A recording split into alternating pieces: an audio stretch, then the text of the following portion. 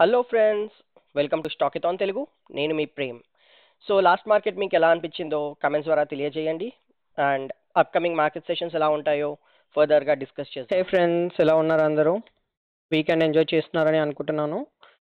ఇంకా రేపు యుద్ధానికి స్టార్ట్ అవుదాము. నిఫ్టీ వీక్లీ క్యాండిల్ మనం ఎక్స్పెక్ట్ చేసినట్టే మంచి బుల్లిష్ క్యాండిల్ అనేది ఫామ్ అయిందండి. And almost all time high నుంచి కొంచెమే కింద ఉంది. Almost 0.8%, not a big deal. So ఈజీగా మనం ఆల్ టైమ్ హై రీచ్ అయ్యే ఛాన్స్ ఉంది. బట్ ఇక్కడ నుంచి మనం కొంచెం కాషియస్గా ఉండొచ్చు, ఎందుకంటే most of the time sell offs అన్ని ఆల్ టైమ్ హై నుంచే వస్తాయి అనమాట.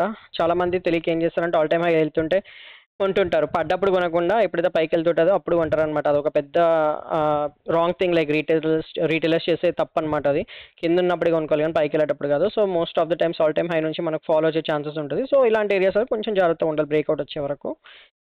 సో నెక్స్ట్ వచ్చేసి 1 hour candle friends. So 1 hour క్యాండిల్లో ఒక హెవీ కన్సాలిడేషన్ అనేది ఫామ్ అయింది. మీరు ఇక్కడ చూడొచ్చు, హెవీ కన్సాలిడేషన్ 22nd నుంచి కన్సాలిడేట్ అవుతూనే ఉంది. సో 2 days కన్సాలిడేషన్ ఇది. మనం ప్రీవియస్ డిస్కస్ చేసుకున్న లెవెల్స్ ఇంకా వ్యాలిడే ఉన్నాయండి. ఎందుకంటే మనకు కంప్లీట్ ఇన్సైడ్ క్యాండిల్స్ ఫామ్ అయ్యాయి. సో ప్రస్తుతానికైతే నేను ఈ 24,826 లెవెల్ ఆర్ 24,826 లెవెల్ ఏదైతే ఉందో మనం నిన్న డిస్కస్ చేసింది అది రిమూవ్ చేసేస్తున్నాను. ఎందుకంటే మనకు 5 minutes క్యాండిల్స్లో మల్టిపుల్ టైమ్స్ బ్రేక్అవుట్ అన్నది ఇచ్చింది దానిపైన. ఇప్పుడు ఏంటంటే మనము ఇది ఒక క్లియర్ జోన్ లాగా ఐడెంటిఫై చేసుకోవచ్చు అండి. ఇక్కడ నుంచి మనకు సెల్ ఆఫ్ వస్తుంది, ఇక్కడ నుంచి సపోర్ట్ వస్తుంది. సో సెల్ సైడ్ ఒక జోన్ డ్రా చేసుకుంటున్నాను నేను ఇప్పుడు.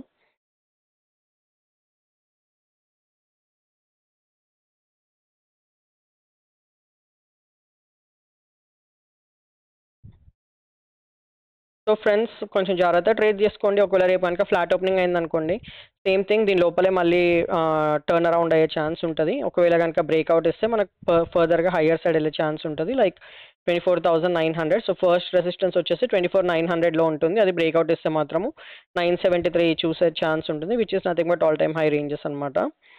దాని తర్వాత మనకు ఒకవేళ కనుక బ్రేక్ డౌన్ వస్తే ఇమీడియట్గా మాత్రం షార్ట్ చేయొద్దు ఫ్రెండ్స్, ఎందుకంటే ఈ లైన్ ఏదైతుందో ఇది మనకు సపోర్ట్ అనమాట. మనం నిన్న డిస్కస్ చేసాము ఇక్కడ నుంచి మనం లాంగ్ వెళ్ళొచ్చు అని. ఎగ్జాక్ట్గా మనకి ఈ జోన్ నుంచి లాంగ్ ఆపర్చునిటీ అన్నది వచ్చింది. ఎవరైతే ఇనీషియల్ టైమింగ్స్లో హోల్ డే మనకు ట్రెండింగ్ ఉందని అయితే నేను చెప్పట్లేదు, చాలా స్టాప్ లాసెస్ హిట్ అయి ఉంటుంది. ఇన్ఫాక్ట్ నాది కూడా స్టాప్ లాస్ అనేది హిట్ అయింది. నథింగ్ టు హైడ్ అండి, అండ్ నథింగ్ రాంగ్ కూడా అందులో. మనం ఇక్కడ చూడొచ్చు 23rd రోజు మనకి ఎగ్జాక్ట్గా ఈ రేంజ్ ఇక్కడ ఓపెనింగ్ వచ్చింది కదా, వచ్చిన వెంటనే ఫాలో అయింది. మనకి ఇక్కడ మనకు ట్రేడింగ్ ఆపర్చునిటీ అన్నది దొరికింది. ఇక్కడ ఎవరైతే ట్రేడ్ తీసుకున్నారో వాళ్ళకి మంచి మూవ్మెంట్ అన్నది వచ్చింది. నేను రీటెస్ట్ లెవెల్స్లో నేను ఎంట్రీ అన్నది తీసుకున్నాను. ఆల్మోస్ట్ ఇక్కడ ఈ లెవెల్స్లో నేను ఎంట్రీ అన్నది తీసుకున్నాను. బట్ నేను అనుకున్న దగ్గరికి అయితే ట్రేడ్ వెళ్ళలేదు. ఆల్ టైమ్ ఇది నా టార్గెట్ ఉండే, వెళ్ళలేదు. సో ఐ లెఫ్ట్ ఇట్, ఎందుకంటే నాకు 1:2 మినిమం రావాలని నేను ట్రై చేస్తుంటాను. And it's tiny stop loss అనమాట, 7 points పోయింది, not a big deal. So వచ్చేసి స్టాప్ లాస్ తీసేసుకుంది. నేను ఇక్కడ వరకు పెట్టుకోవడానికి రీజన్ ఏంటంటే మనం ముందు డిస్కస్ చేసినట్టు ఫ్రైడేస్ అన్నది ట్రెండింగ్ మార్కెట్ డేస్ అనమాట. So most of the times మీరు హిస్టరీలో చెక్ చేయొచ్చు, ఫ్రైడే రోజు ట్రెండ్ అన్నది క్రియేట్ అవుతుంది, మంచి మొమెంటం ఉంటుంది. అది పై సైడ్ అయినా కానీ కింది సైడ్ అయినా కానీ. సో నేను ఆ హోప్స్ తోటి నేను వెయిట్ చేస్తుండే అనమాట. బట్ అది రాలేదు, దట్స్ ఫైన్. నాకు మండే అయితే మళ్ళీ వచ్చే ఛాన్స్ ఉంటుంది, ఎందుకంటే 2 days నుంచి కన్సల్టేట్ అవుతుంది కాబట్టి నాకు తెలిసి నెక్స్ట్ ఒక మొమెంటం వచ్చే ఛాన్స్ ఉంటుంది, మండే అయినా ట్యూస్డే అయినా. సో అది మాత్రం మంచిగా మిస్ అవ్వకుండా క్యాప్చర్ చేయాలి. నేను ఎందుకు చెప్తున్నాను ఇంతగానం అంటే, ఇది బ్రేక్ డౌన్ వచ్చేసింది కదా అని ఇమీడియట్గా షార్ట్ చేస్తే మనకి ఇక్కడ నుంచి సపోర్ట్ వచ్చే ఛాన్స్ ఉంటుంది, దాని తర్వాత ఇక్కడ నుంచి సపోర్ట్ వచ్చే ఛాన్స్ ఉంటుంది. మనం ఎందుకు బేరిష్ సైడ్ ఉండాలి? ఒకవేళ హయ్యర్ టైం ఫ్రేమ్ మనకు బుల్లిష్ చూపిస్తున్నప్పుడు ఈ చిన్న చిన్న స్కాల్ప్స్ ఎందుకు బేరిష్ సైడ్ తీసుకోవాలి? అదే మనం వెయిట్ చేసి ఇక్కడ నుంచి మంచి మొమెంటమ్స్ బుల్ సైడ్ పట్టుకుంటే మన విన్ రేట్ అన్నది మాక్సిమం ఉంటుందని నేను చెప్తున్నాను అనమాట. సో నేనైతే బుల్లిష్ సైడ్ మాత్రమే ఆలోచిస్తాను. ఇది బ్రేక్ డౌన్ అయిందంటే ఐల్ వెయిట్, ఇది కూడా బ్రేక్ డౌన్ అయిందంటే ఐల్ వెయిట్. ఇక్కడ నుంచి రివర్సల్ వచ్చినా కూడా నేను ఆ రివర్సల్ని క్యాప్చర్ చేయడానికి చూస్తాను, హయ్యర్ సైడ్ వెళ్ళడానికి. ఒకవేళ ఫ్లాట్ ఓపెన్ అయింది అనుకోండి, నేను ఈ జోన్లో మాత్రం ట్రేడ్ తీసుకోవాలని అయితే అనుకోవట్లేదు. మళ్ళీ వాలటిలిటీ క్రియేట్ అవుతుంది. ఎప్పుడైతే నాకు బ్రేక్అవుట్ అనేది క్రియేట్ అవుతుందో ఆ బ్రేక్అవుట్ నుంచి నేను ట్రేడ్ తీసుకోవాలనుకుంటున్నాను friends. So 1 hour candle same thing. ఒకవేళ ఇక్కడ నుంచి కనుక మన బ్రేక్అవుట్ వస్తే ఫస్ట్ టార్గెట్ ఇది ఉంటుంది, 900 ఫస్ట్ టార్గెట్ ఉంటుంది, సెకండ్ టార్గెట్ వచ్చేసి ఇది ఉంటుంది. అండ్ ఒకవేళ మనకు ఫర్దర్గా ఇక్కడ ఓపెన్ అయ్యి బ్రేక్ డౌన్ వచ్చింది అనుకోండి, ఈ లెవెల్స్ నుంచి వచ్చినా కూడా సేమ్ మనకి ఇది యాక్టివేట్ అవుతుంది. ఇక్కడ నుంచి మనం ఒక ప్రైస్ యాక్షన్ అనేది చెక్ చేసుకొని హయ్యర్ సైడ్ అనేది మూవ్ అవ్వచ్చు.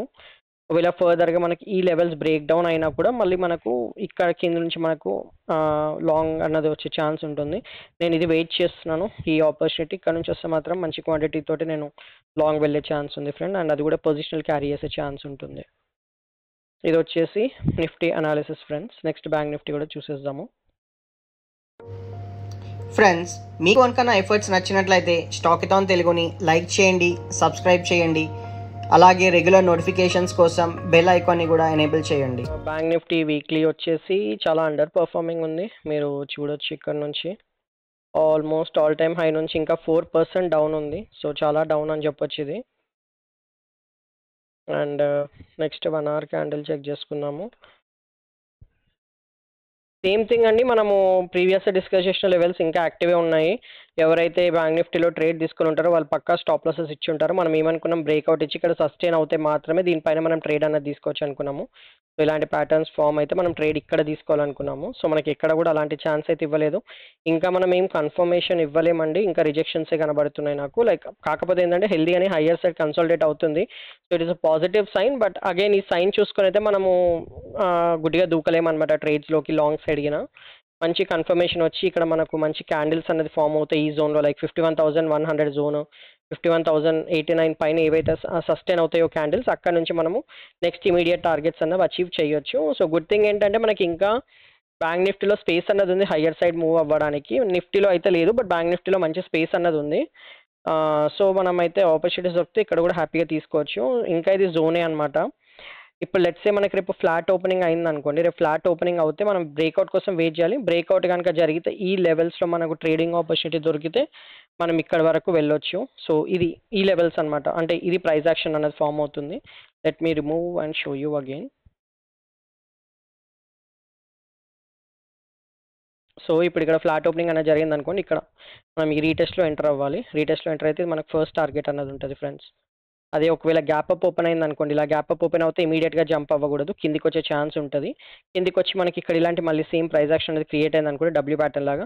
అప్పుడు మనం ఎంట్రీ తీసుకొని మనం మళ్ళీ ఫస్ట్ టార్గెట్ ఇది ఒకటి పెట్టుకోవచ్చు అనమాట. ఒకవేళ హెవీగా గ్యాప్ అప్ అయినా అనుకోండి, లెట్స్ ఈ రేంజెస్లలో ఇక్కడ గ్యాప్ అప్ అయ్యి మళ్ళీ మనకి పైకి వెళ్ళింది అనుకోండి, మనకి ఇక్కడ రీటెస్ట్ అనేది అవ్వాలి. అంటే బ్రేక్అవుట్ ఇచ్చి మళ్ళీ కిందికి వచ్చి ఇక్కడ మనకి రీటెస్ట్ అనేది అవుతూ ఉంటే మనం ఈ లెవెల్స్లో ఎంట్రీ అనేది తీసుకుంటే ఫర్దర్గా హయ్యర్ సైడ్ అనేది మూవ్ అవ్వచ్చు. 51,500 ఫస్ట్ టార్గెట్ ఉంటుంది, 51,800 వచ్చేసి అల్టిమేట్ టార్గెట్ అనేది ఉంటుంది ఫ్రెండ్స్. బట్ గ్యాప్ అప్ పైన మాత్రము ఇప్పుడనే కాదు, ఏ మార్కెట్లో కూడా ఇమీడియట్గా మనం జంప్ అవ్వకూడదు. అక్కడ ప్రైస్ యాక్షన్ ఎలా క్రియేట్ అవుతుందన్నది చెక్ చేసుకోవాలి. ఎందుకంటే ప్రాఫిట్ బుకింగ్ అనేది సింపుల్ కాన్సెప్ట్. మొత్తం అందరూ గ్రీడ్ పైనే ఉంటారు కదా, నాకు ప్రాఫిట్ వచ్చింది తీసేద్దాము అన్నట్టుగా. సో అది తీసేస్తుంటారు కాబట్టి మార్కెట్ ఫాలో అయ్యే ఛాన్సెస్ ఎక్కువ ఉంటాయి. సో ఇక్కడ నుంచి మనకి ఏమైనా ఎంట్రీస్ వస్తే చూసుకోవచ్చు ఫ్రెండ్స్. ఫర్దర్గా మనకి ఇది బ్రేక్అవుట్ వచ్చినా కూడా మనకి ఇక్కడ నుంచి సపోర్ట్ వచ్చే ఛాన్స్ ఉంటుంది. మనం ప్రీవియస్గా డిస్కస్ చేసాము, ఇది ఒకటి గ్యాప్ ఫిల్లింగ్ ఏరియా అనమాట. సో మార్కెట్ ఇలా బిహేవ్ చేస్తుండొచ్చు, ఇమీడియట్గా షార్ట్ చేయకూడదు. ఇక్కడ నుంచి కనుక బ్రేక్ డౌన్ వచ్చింది అనుకోండి, ఇక్కడ సపోర్ట్ దొరికి మళ్ళీ పై సైడ్ మూవ్ అవ్వచ్చు. అండ్ అది వాలటైల్ మూవ్స్ ఉంటాయి, ఇక్కడ నుంచి ఇలా ఇలా ఇలా టర్న్ అవుతుండొచ్చు అనమాట. మనకి హెల్దీ మూవ్మెంట్ రావాలంటే మాత్రం ఇది బ్రేక్అవుట్లో మాత్రమే మనకి హెల్దీ మూవ్ అన్నది ఇలా వస్తుంది అనమాట. సో ఇదొక ప్యాటర్న్ ఉంటుంది. ఒకవేళ ఇది కనుక బ్రేక్ డౌన్ అయింది అనుకోండి, ఈ లెవెల్ కనుక బ్రేక్ డౌన్ అయితే మనకి ఇక్కడ వరకు ఫాల్ అన్నది రావచ్చు.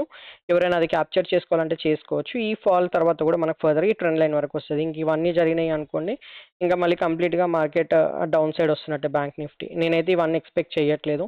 కన్సాలిడేట్ అయ్యి ఆర్ఎల్స్ మాక్సిమం ఇక్కడ వరకు వచ్చి హయ్యర్ సైడ్ మూవ్ అవ్వాలని అనుకుంటున్నాను. అప్పుడే మనకి హెల్దీ మూవ్మెంట్ అన్నది వస్తుంది. ఇది కనుక బ్రేక్ డౌన్ అయింది అనుకోండి, నిఫ్టీ కూడా మళ్ళీ ఫర్దర్గా డౌన్ సైడ్ వచ్చే ఛాన్స్ ఉంటుంది. ఎందుకంటే బ్యాంక్ నిఫ్టీని కిందికి ట్రాక్ చేసే ఛాన్సెస్ ఉంటాయి కాబట్టి. సో దట్స్ ఇట్ ఫ్రెండ్స్, ఇది వచ్చేసి bank Nifty analysis. All the best.